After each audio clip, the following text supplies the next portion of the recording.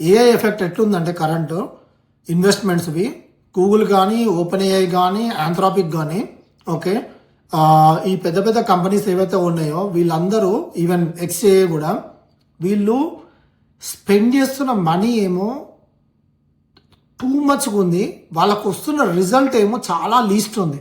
So అంటే AI replace చేయడానికి ఇది వెరీ వెరీ స్టార్టింగ్ పీరియడ్. ఎందుకంటే there are no profits at all. Current అందరూ లాస్లోనే నడిపిస్తున్నారు.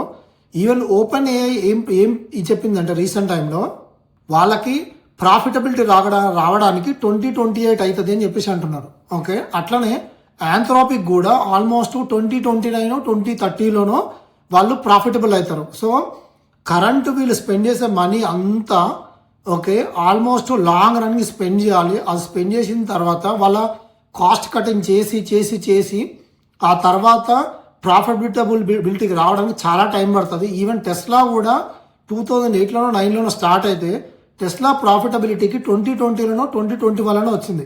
అంటే లిటరలీ 10+ ఇయర్స్. కాకపోతే ఇది ఏఐ వరల్డ్ కాబట్టి మరి 10-20 ఆ 10+ ఇయర్స్ అవ్వకపోవచ్చు. కానీ కరెంట్ ఏఐ కంపెనీలు ప్రాఫిటబిలిటీకి రావడానికి చాలా టైం పడుతుంది. అండ్ ఆల్సో మోస్ట్ రీసెంట్ టైంలో ప్రతి ఒక్క కంపెనీ ఏఐ మీద ఇన్వెస్ట్మెంట్స్ తగ్గించినాయి. ఎందుకంటే వాళ్ళు అనుకుంటున్న రిజల్ట్స్ వస్తలేవు.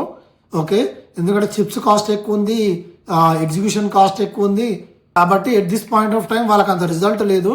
So that means AI right away మొత్తం రీప్లేస్ చేసే పాసిబిలిటీ అయితే లేదు.